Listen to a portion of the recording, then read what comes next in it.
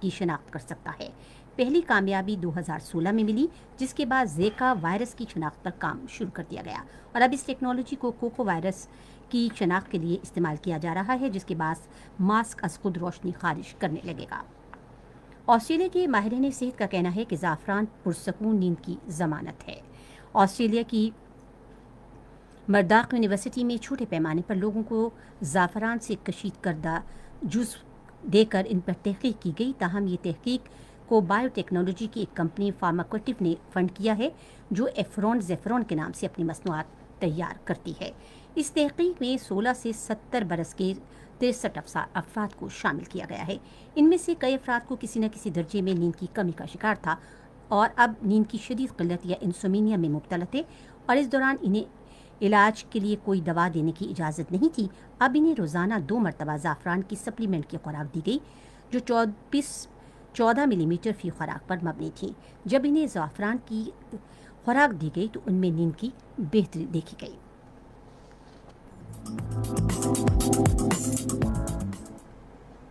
Science کی دنیا سے خبریں ہم نے آپ تک پہنچائیں، اور اب ملک بھر میں موسم کی تازہ ترین صورتحال جانتے ہیں۔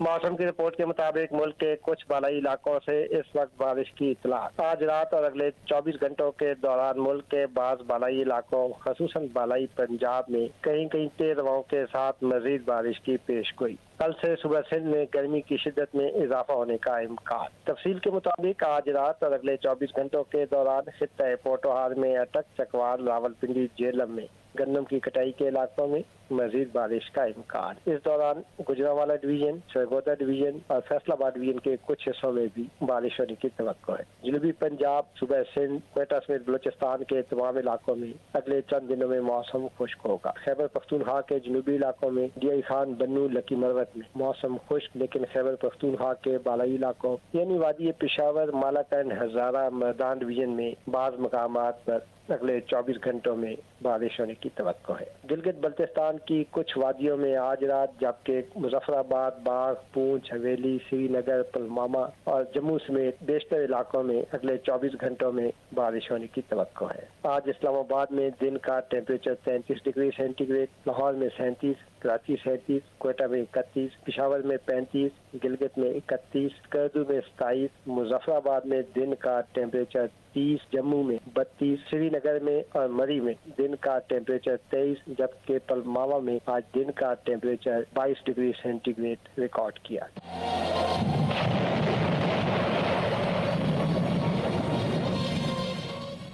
خبرنامہ ختم ہونے سے پہلے اہم خبروں کا خلاصہ ایک بار پھر۔ وزیر اطلاعات نے کہا ہے کہ حکومت کرونا وائرس کے مسئلے سے نمٹنے کے لیے جامع لائحہ عمل پر عمل پیرا ہے۔ حکومت نے تورخم اور چمن پر پاک افغان سرحد ہفتے میں 6 روز کھولنے کا اعلان کیا ہے۔ مسافروں کی سہولت کے لیے اندرون ملک پروازوں کا سلسلہ جزوی طور پر بحال کر دیا گیا ہے۔ گزشتہ 24 گھنٹے کے دوران ملک میں کرونا وائرس کے باعث 31 افراد جاں بحق ہوئے، جبکہ دنیا بھر میں ہلاکتوں کی مجموعی تعداد 3,80,000 سے تجاوز کر گئی ہے۔